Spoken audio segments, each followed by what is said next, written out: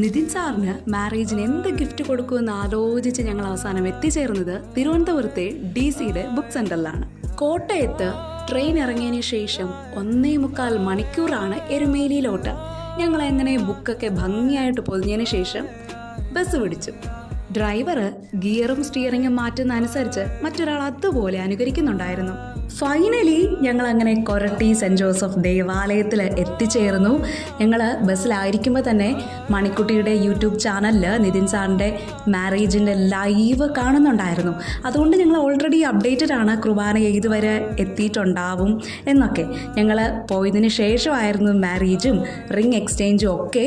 അങ്ങനെ നിതിൻ സാറിൻ്റെ മാരേജിൽ ഞങ്ങൾ അടിപൊളിയായിട്ട് പങ്കെടുക്കാൻ സാധിച്ചു.